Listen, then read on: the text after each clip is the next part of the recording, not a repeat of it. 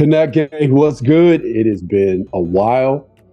We were back and we were looking at trying to sort of reformat what we give you.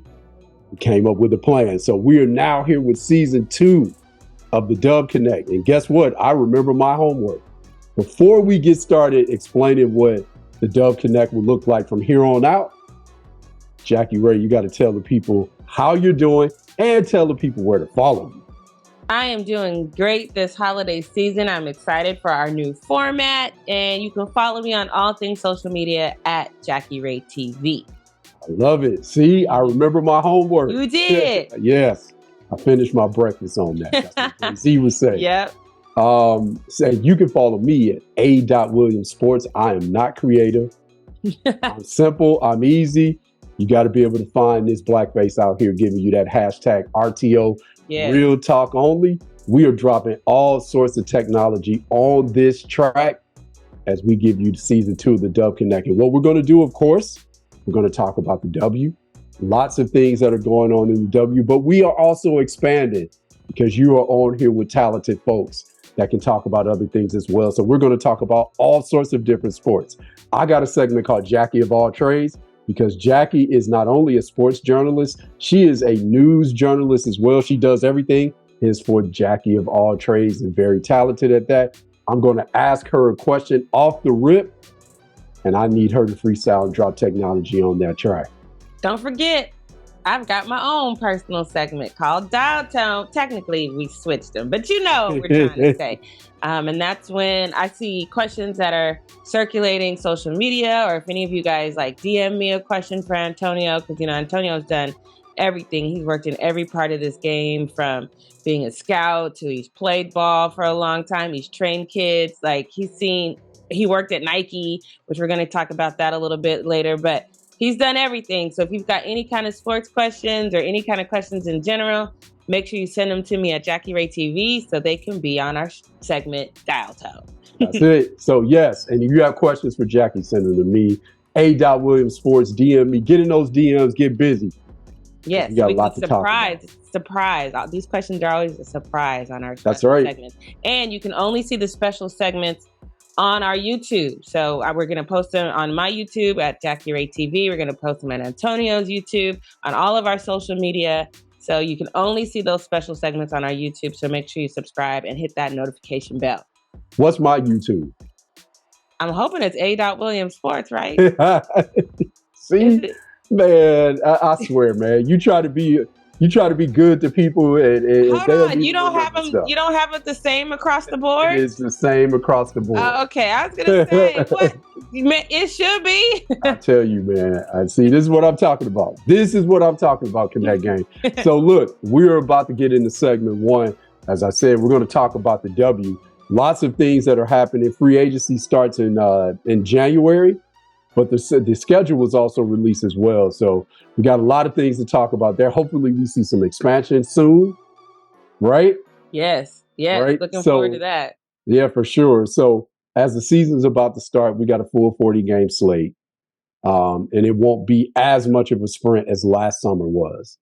But we have a 40-game slate. And because what's happening is the WNBA is also trying to partner with FIBA to make this as palatable to these women that are literally playing all year round as possible. Mm-hmm. So they can also complete their overseas commitments and also to fulfill their commitment here to the W, which is, man, you talk about playing for the love of the game and married to this thing. Right. It's crazy. So the schedule was released, right? So we have 8 of the 12 teams will be active on the first day of the schedule, mm-hmm. which is May 19th.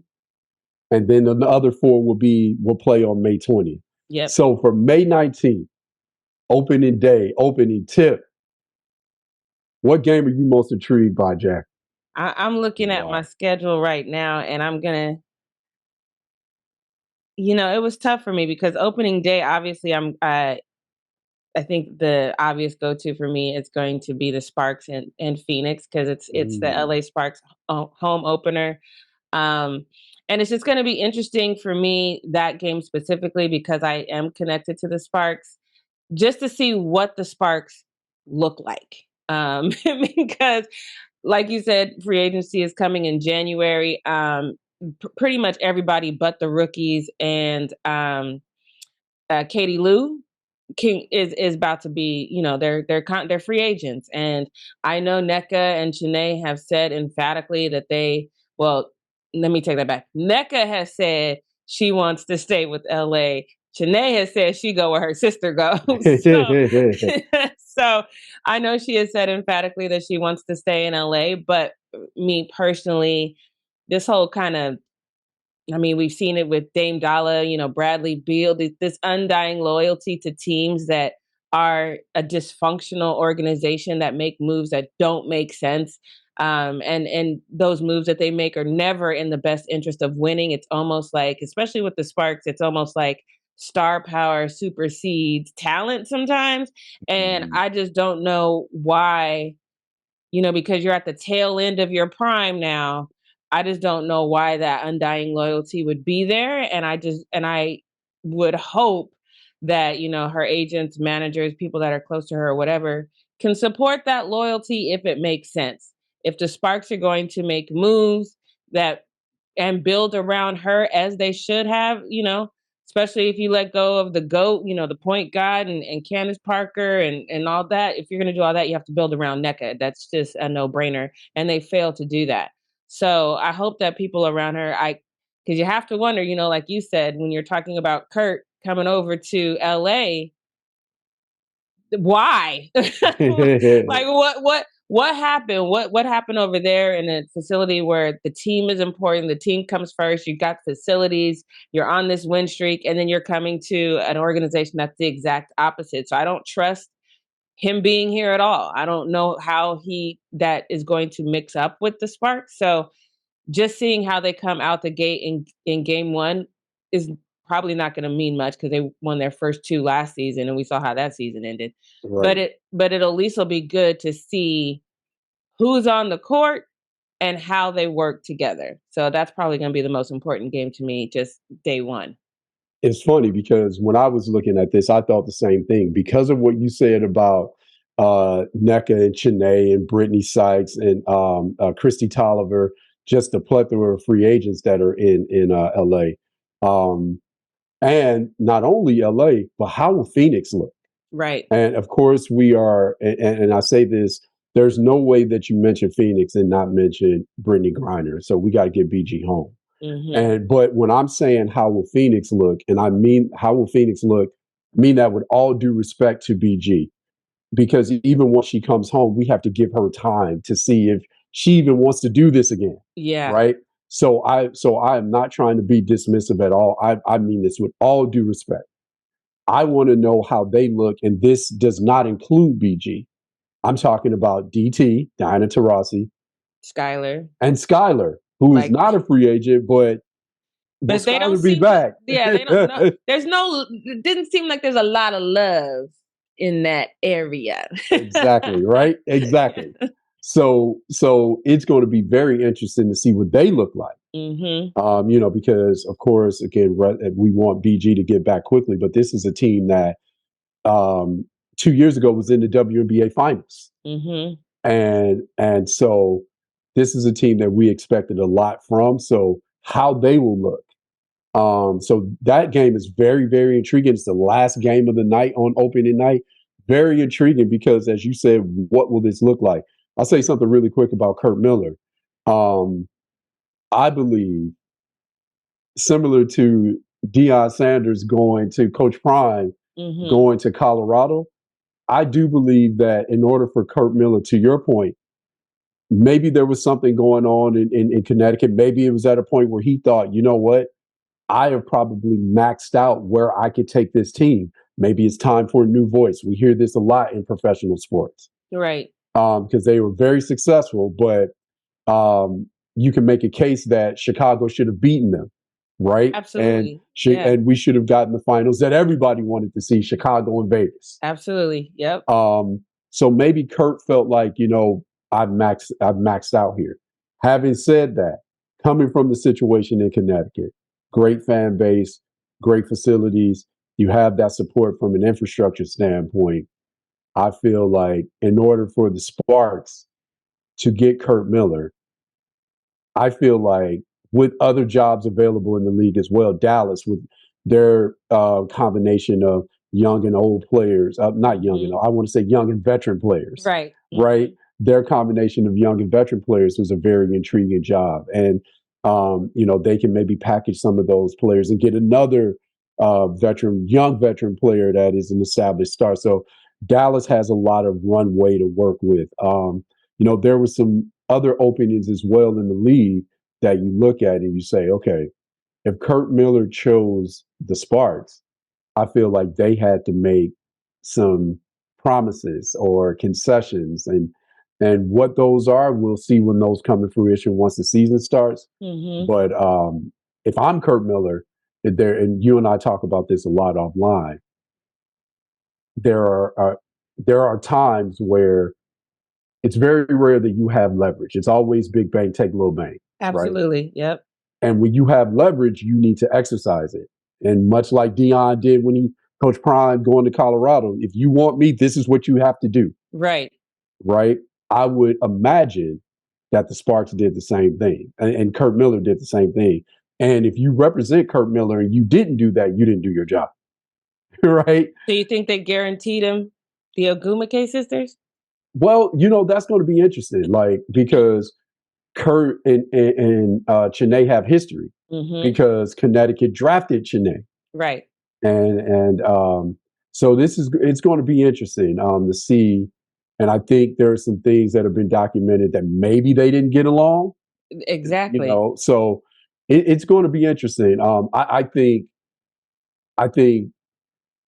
he probably accepted the job, assuming that the Gumake sisters will be there, because I'm not coming if they're not there. Right. Right. And I also think too, they had to make some concessions in terms of being active in free agency. Because again, this is a team that has to be active in free agency because they have the third pick in the draft, which went to Atlanta. So they have to be active in free agency to sort of circumvent the fact that they're not picking third in the draft. Right. So I'm sure that they told Kurt that they'd be active in free agency. I would be certain that they said to him, we're going to work on a permanent practice facility solution. Right? Because player development, we know, is key. Yeah. And how do you, we've gone over that ad nauseum, but how do you sort of champion player development and the players don't know the facilities that they'll use to develop it? Right. Right. And I also think too, I think from that standpoint, I think, when you would talk about all the time, when you spoke with the president of business operations, they talked about winning. Well, there are, if you're going to attract talent in today's landscape, there are things that you have to do more than just say, hey, we're the Sparks and we're in LA. Right. Right. So I think there are some things from a behind the scenes standpoint that they either are actively working on or had to promise that they will remedy if they're going to bring Kurt Miller on board. It's going to be interesting to see, either way. Very interesting. And, for me, I think that game that is most intriguing for me, and this is, again, WNBA free agency would dictate some of this, but I'm just going on teams constructed as from last year and what can happen in the draft. Right. The first game for me would be very intriguing, Connecticut and Indiana, because if Connecticut keeps Brianna Jones, and we're going to talk about that, but if they keep her, and you're talking Brianna Jones, even if they don't, you're talking Jonquel Jones and Alyssa Thomas. And if Aaliyah Boston comes out and Indiana has the number one pick in the draft, and it's a no-brainer to me, it's a no-brainer to everybody. And she has that COVID year in her back pocket where she can go back. But if she does what we all assume that she'll do is declare for the draft, Indiana has the number one pick. And that is such a compelling matchup to see potentially Brianna Jones if she stays. But Alyssa Thomas and Jonquel Jones, and Nelissa Smith and Yes. Nelisa Smith and Queen Egbo and Aaliyah Boston. Wow, you talk about like the vets that are. These are players that have competed for WNBA championships, played at the highest level, WNBA All Stars against this new crop of bigs in Indiana. Right. That would be very, very compelling for me as a scout. Yeah. Right. So I'm very much intrigued by the first game, first tip. Can't wait to watch it. Yeah, me too. I'm gonna have my popcorn and something to drink. Of course, right? Yeah, yeah. So I'm very much intrigued by watching that because I think Indiana has, you know, they're getting some talent, which is, of course, key in this league if you want to win. But for them to go up against Connecticut, who is playing in the WNBA finals and very experienced and great players in their own right, I think is great baptism by fire Yes. if you're Indiana for your young players. Yeah, I'm definitely looking forward. I'm excited. Me too. Me too. Cannot wait to see it. Switching gears a little bit. Of course, we talked about WNBA free agency, and they have done a really good job last year. I know I was tweeting about it like crazy when New York was meeting with everybody. They're meeting with Jewel Lloyd. They're meeting with Breanna Stewart. They're meeting with everybody. What player or players do you think, and it can be a role player, it can be a WNBA All-Star, doesn't matter. What player do you think will probably not be in the uniform that they were in last year? And what do you think their impact will be once they move forward to whatever team they go and play for? I think first and foremost is obviously staying with the Sparks for me because that's what I know best. I think Brittany Sykes is gone. And I think, and you and I have talked about that. I think for her, it's going to be interesting because I was actually just looking at her stats while she's playing overseas, and she's averaging, her average is like 16 points a night, but she's consistently scoring 20, 25 points. It's just she has a couple games where she hasn't played as many minutes, and then, she's got 8 and 16 points. So that's what's bringing her average down. But for the most part, she is doing these 20, 25. I even saw a 30-point game in there. So she's the primary scorer. Well, seems like she's the primary scorer. I haven't actually watched these games through and through, but based on the stats that I see, it looks like she's the primary scorer. That's something that when we had media day last year, that was something that Derek Fisher, this is before his departure, said that he wanted from her. Not only did he want that from her, that's something that she said she wanted. She wanted to score more, which sounded great on paper, but when it actually came game time, it just wasn't a thing. She actually did not shoot well at all. So we needed her to, the Sparks definitely needed her to score, be that person, but it just did not translate. She just did not. She took odd shots. Easy shots did not come easy. So it just didn't seem like that was her role. So for her to leave, I think she would want to leave and go to a situation where that is her primary role. However, from a scouting standpoint, and I'm not the scout you are, but from a scouting standpoint, you're only good as your last season. Right. And if I'm watching your last season, I can't elevate you to one of the top scorers on my team. I just can't do it. You don't have the bandwidth, looks like, Right. So right. I just, she's an amazing defender. And that's where she really shined for us. But I understand that that's what you need. You need, the days of the Draymond Green are kind of going away when that's your only job is to defend. We need two-way players, So I don't know. I think she is definitely looking to move on to a place where she can be the actual number one, scorer, or maybe even number two or even three. But I don't know if that's a realistic goal for her specifically, but I know that is a goal for her. It's funny because to your point, when I watch her from a scouting standpoint, like you said, I love her energy from the defensive standpoint. She excels when she has the ability on the offensive end to get out in transition. I think she can function as a secondary decision maker, and she can attack a closeout and make a decision.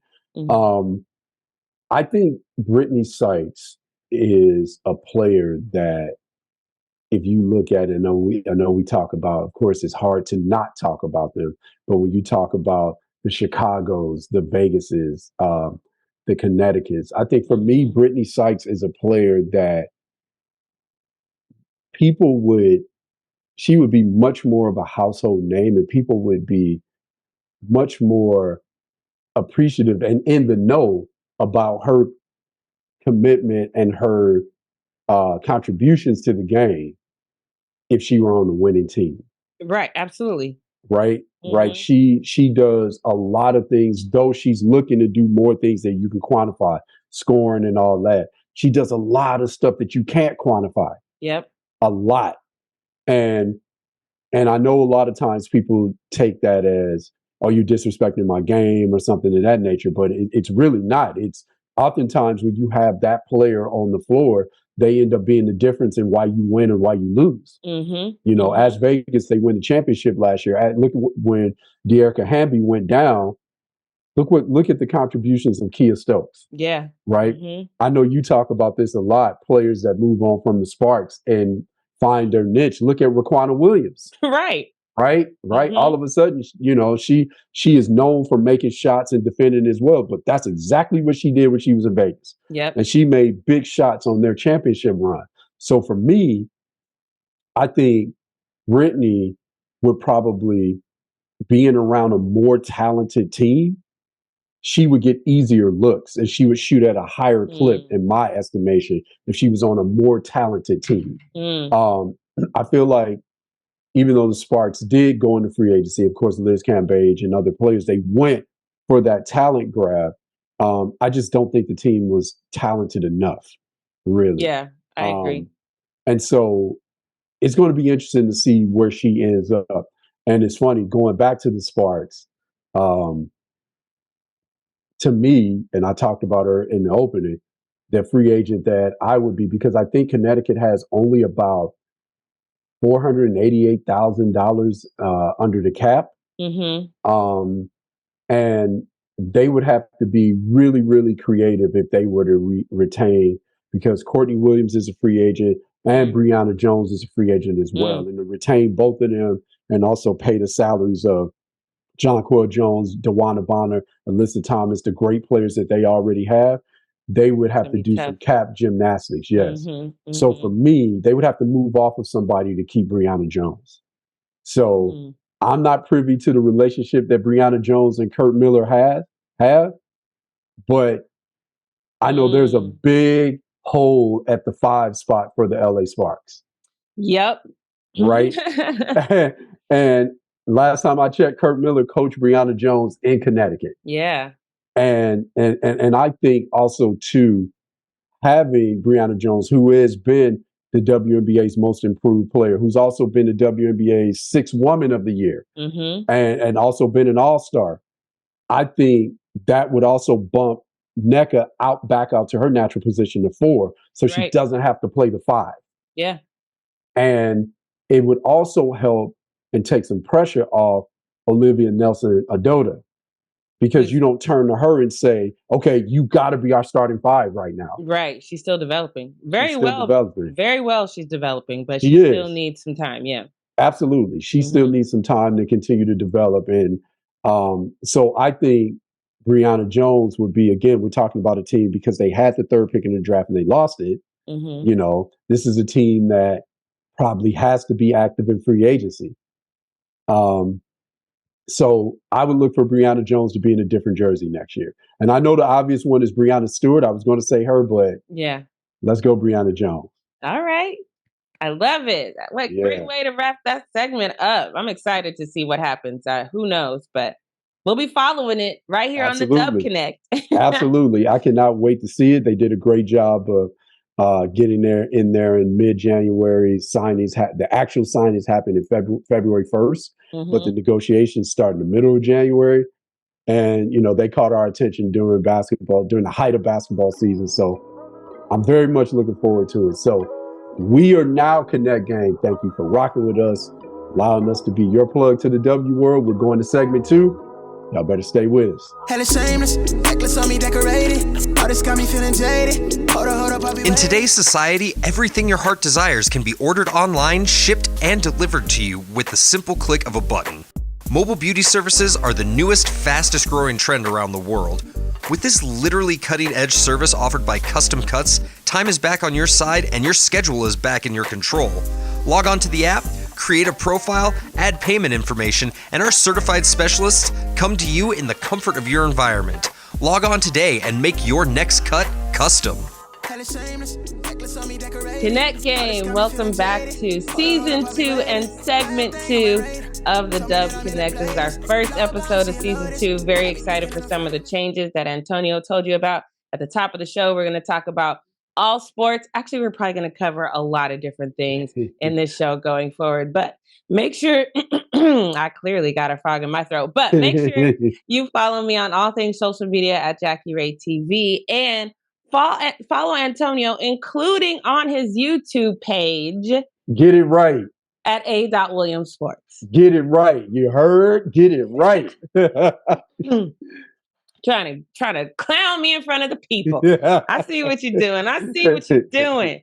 I'm excited to talk about this next one because obviously I love football. I know if you follow Antonio and I, you know that we both love football. Antonio is looking for a new home because he's a Raider fan, and I can't even say he's a fan. Like he's an estranged Raider fan. Yes, Jody Watley wrote a song for me. I'm looking for a new love. I've been trying to get him over to the Saints, but the way that organization is being run, I don't know. I think the same people running the Sparks is running my Saints right now, and I don't like it at all. But we'll probably talk about that later. But hold up. I want to say this about the Saints. Okay. I need that Mickey Loomis check where I can be the executive VP for the Saints and the Pelicans. Oh, bruh. So I can run the Saints and the Pelicans. Yeah, let me get that job. And see, that's the thing. When you're spread that thin, that's why these thin ass lineups is happening across. Clearly, I'm upset. So let me just move on. Because right now we go talk about Tom Brady, Tampa Tom, as I call him, the GOAT. I think he's probably the only person in the NFL that I'm just going to hands down give him the GOAT title because that man has earned it. But. What?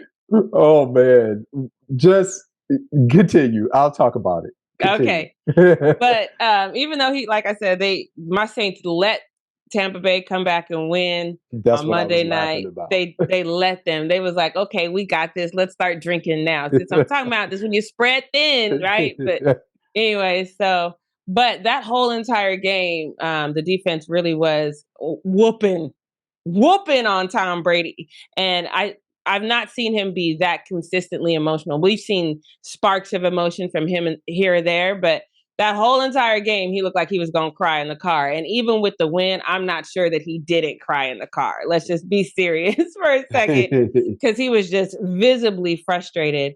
And I think for Tom Brady, for those of us who've watched him his entire career, we know that that's not, he's very, very composed. You'll get like maybe one outburst in a game where they're getting blown out. But even then, it's just like very minimal. But we've consistently seen more frustration from him. And then when you consider everything that's gone on in his personal life, basically the sacrifice that he made in his personal life to continue playing the game that he loves. And now, they're leading the NFC South, which is one of the worst divisions right now. What is he? They're 6-6 now. Not a Tom Brady record. And you can just see that he's emotionally drained in his face. At least I think you can see it. So was it worth it? Was sacrificing his personal life for a 6-6 record and the team that is dead last in the run game? Was it worth it? Do you think, Antonio? This is interesting because you asking somebody that's married to another game, was it worth it? Mm-hmm.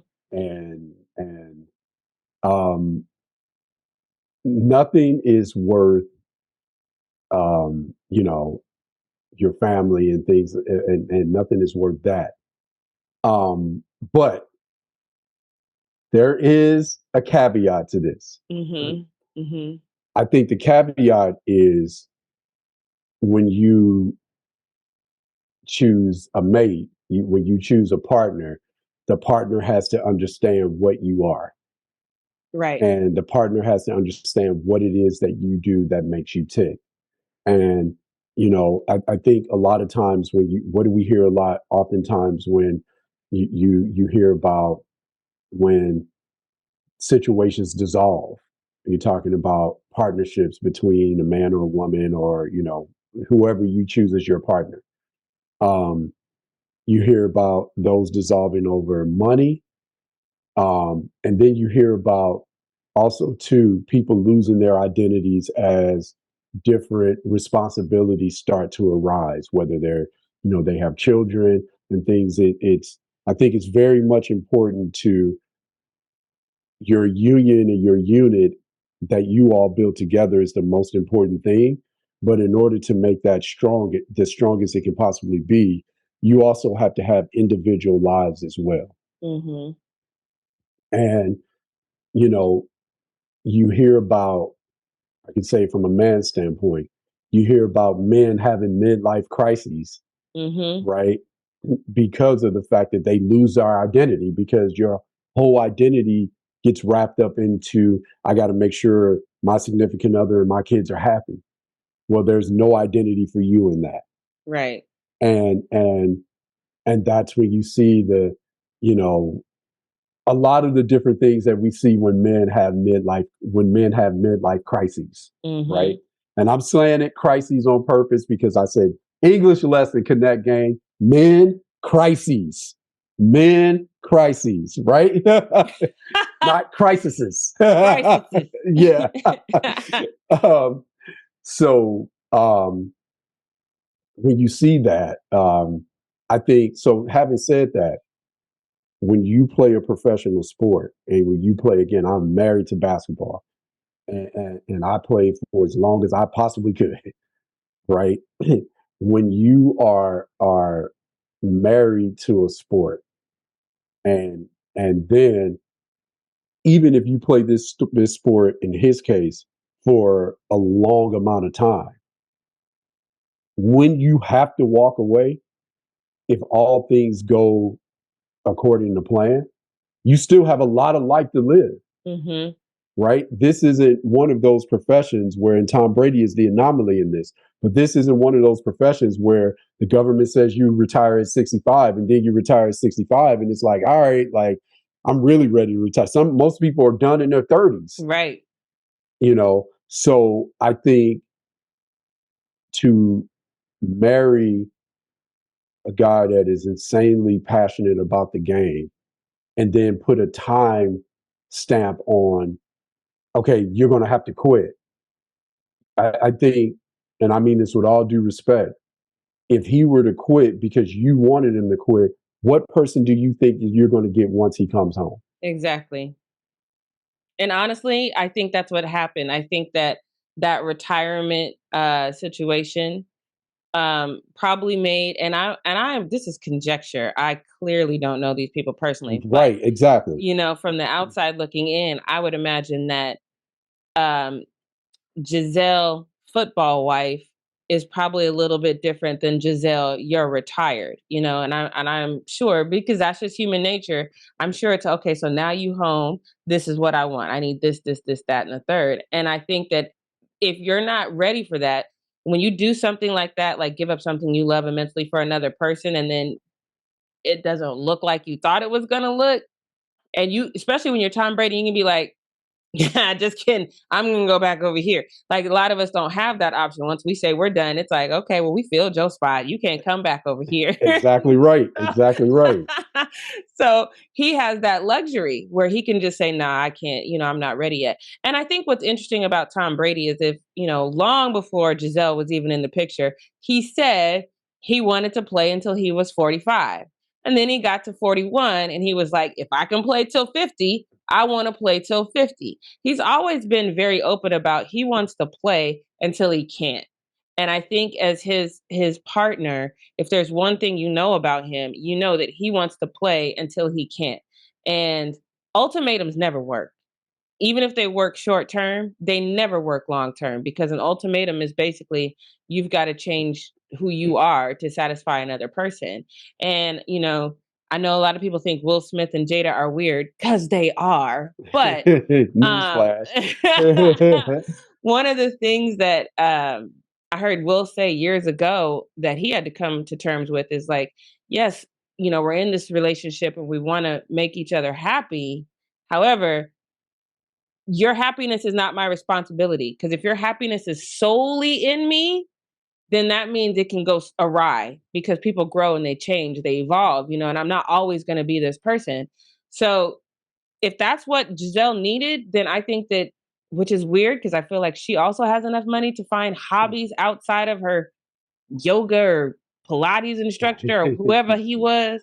But I think you can, and you should want to find that thing in your life that puts a smile on your face outside of that person. And I think it's so important for each individual to have a purpose outside, and that's always been, like, when I think about my mom, that was always my fear for her, because her purpose was to be a wife and a mother. Kids grow up. My dad was 11 years older than her, so I was like, what happens when that you need purposes outside of other people that make you happy and make you tick. And if Giselle ain't learned nothing else, I hope she's learned that. And I hope she's just not replacing this non-goat, because she needs, her happiness is found in other people. I hope that's not what happened. No, for sure. And, it's, and you see the difference. You see where other players, and they take, for example, rest in power to Kobe Bryant. When you could tell when Kobe played his last game, Kobe was done. And I gave this everything.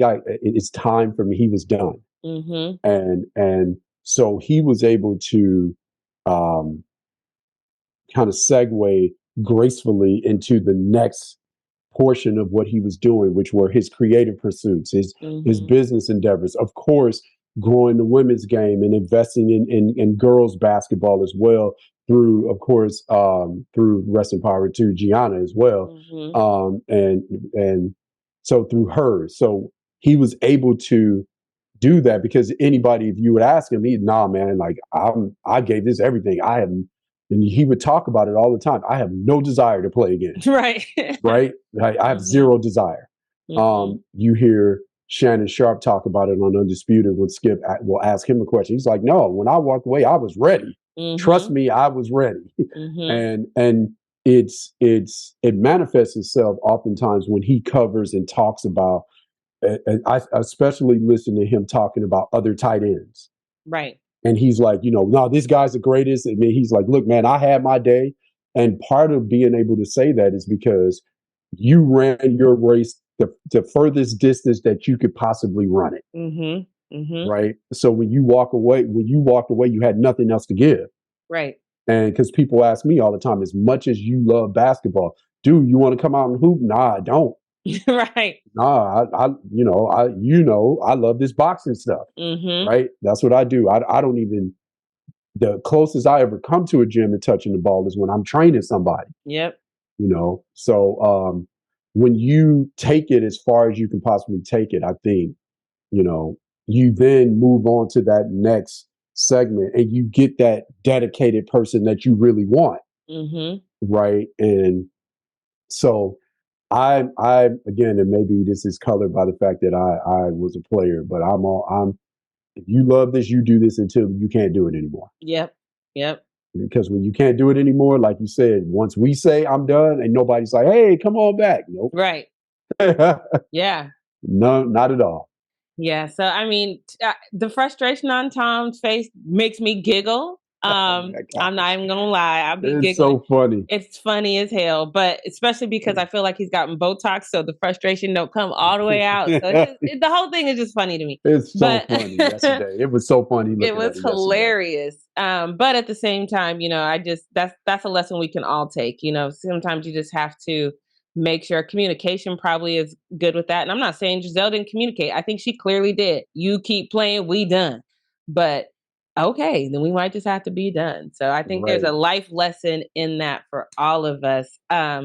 Before we go, though, I just want to remind you guys that we still have Dial Tone coming up, as well as Jackie of All Trades. There's some great questions coming out for that. But if you want to see that, you have to go to our YouTube page, Jackie Rae TV or A. Williams Sports. We're going to make sure we give you these special segments every single week. So make sure you check that out.